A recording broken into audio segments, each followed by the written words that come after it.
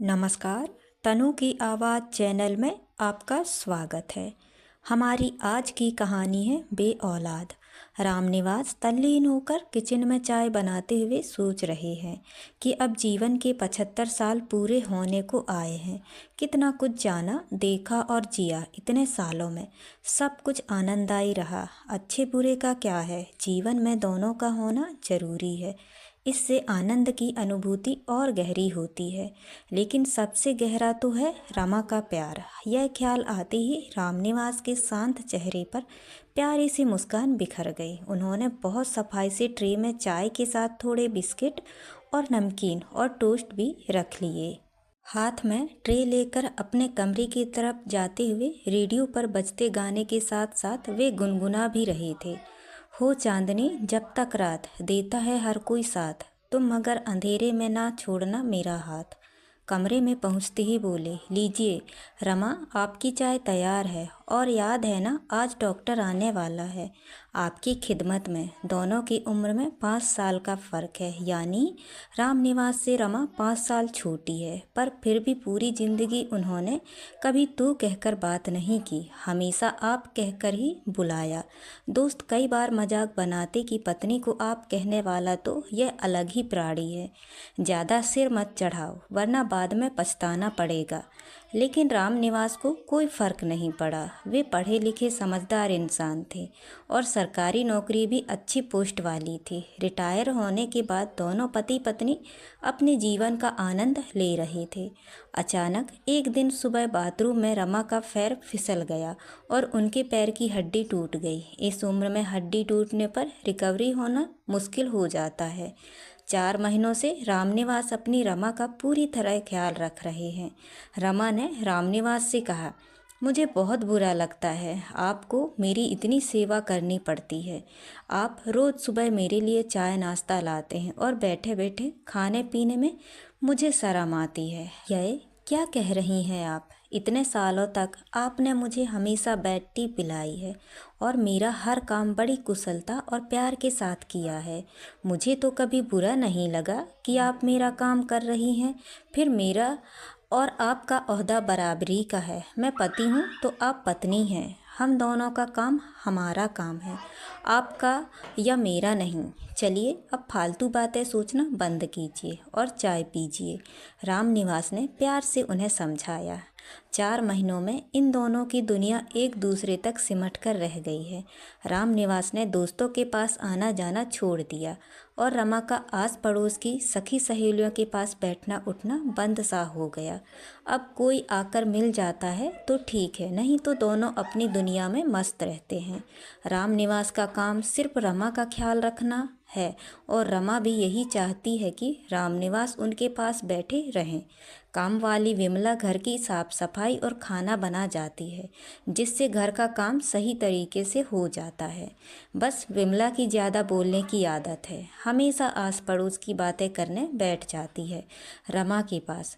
कभी पड़ोस वाले गुप्ता जी की बुराई तो कभी सामने वाले शुक्ला जी की कंजूसी की बातें, और खूब मजाक बनाती है। रामनिवास यदि आसपास ही होते तो विमला को टोक देते थे, ये क्या तुम बेसिर पैर की बातें करती रहती हो, अच्छी बातें भी किया करो, थोड़ा रमा के पास बैठकर संगीत वगैरह सुना करो। पूरा जीवन क्या यूं ही लोगों के घर के काम करते ही बीतेगा? इस पर विमला जवाब देती, अरे साहब जी, अब हमको क्या करना है, यही तो हमारी रोजी रोटी है और आप जैसे लोगों के घर में काम करने से ही मुझे तो सुकून मिल जाता है।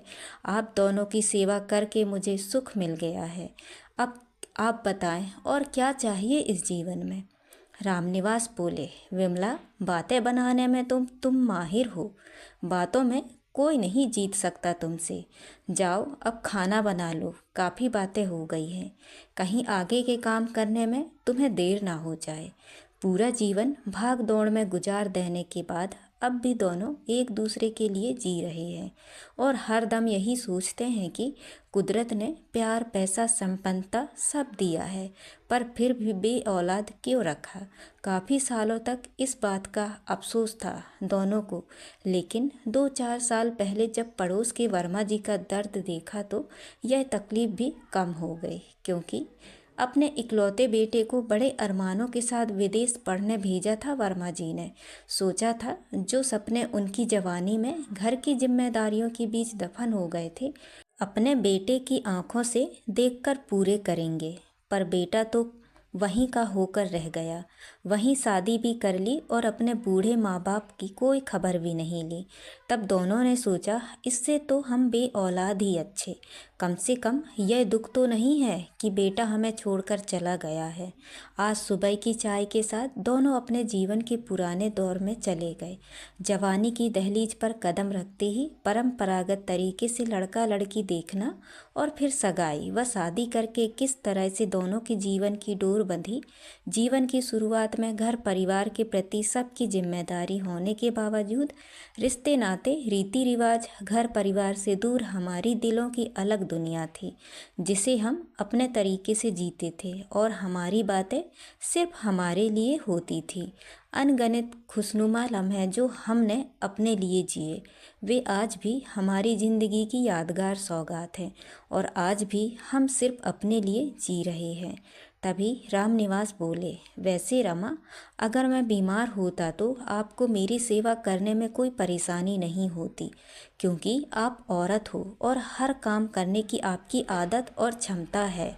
लेकिन मुझे भी कोई तकलीफ नहीं है आपकी सेवा करने में, बल्कि यही तो वक्त है उन वचनों को पूरा करने का जो अग्नि को साक्षी मानकर फेरे लेते समय लिए थे। वैसे रमा, जिंदगी की धूप से दूर अपने प्यारे छोटे से आशियाने में हर छोटी बड़ी खुशी को जीते हुए इतने साल कब निकल गए पता ही नहीं चला। ऐसा नहीं है कि जीवन में कभी कोई दुख आया ही नहीं। अगर लोगों की नज़रों से सोचे तो बे औलाद होना सबसे बड़ा दुख है, पर हम संतुष्ट हैं उन लोगों को देखकर जो औलाद होते हुए भी ओल्ड एज होम या वृद्धा आश्रमों में रह रहे हैं, या दुखी होकर पल पल अपने बच्चों के आने का इंतज़ार कर रहे हैं जो उन्हें छोड़कर कहीं और बस गए हैं। उम्र के इस मोड़ पर आज भी हम एक दूसरे के साथ हैं, यह क्या कम खुशी की बात है। लीजिए, आज मैंने आपके लिए एक खत लिखा है। 4 दिन बाद हमारी शादी की सालगिरह है, पर तब तक मैं इंतज़ार नहीं कर सका। हजारों पल खुशियों के दिए, लाखों पल मुस्कुराहट के, दिल की गहराइयों में छिपे वे लम्हे प्यार के, जिस पल हर छोटी बड़ी ख्वाहिश पूरी हुई, हर पल मेरे दिल को शीशे की हिफाजत मिली। पर इन सब से बड़ा एक पल, एक वह लम्हा जहाँ मैं और आप नहीं, हम बन जाते हैं। रमा उस खत को लेकर अपनी आंखों से लगाती, तभी डॉक्टर आते हैं। आज उनका प्लास्टर खुलने वाला है।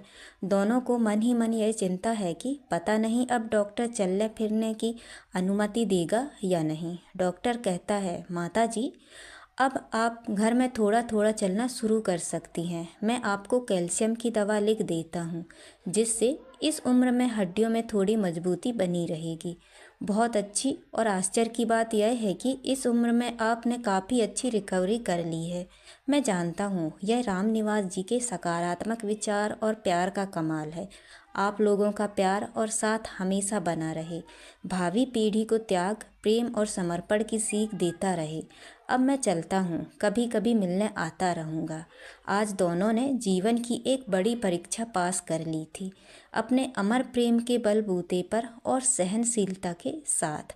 तो दोस्तों, ये कहानी आपको कैसी लगी, लाइक और कमेंट करके ज़रूर बताएं और चैनल को सब्सक्राइब करना ना भूलें। तो मिलते हैं अगली कहानी में। बहुत बहुत धन्यवाद।